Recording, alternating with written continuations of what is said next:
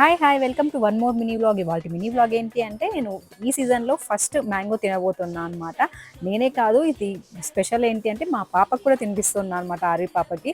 నాకైతే రా మ్యాంగోస్ కంటే రైప్ మ్యాంగోస్ అయితే చాలా ఇష్టం అండి. అది కూడా స్వీట్ ఉండాలి. స్వీట్ ఉన్నవైతే కంపల్సరీ తింటాను, అసలుకి ఇంకా లాగిచ్చేస్తాను అనమాట మ్యాంగోస్లో అయితే.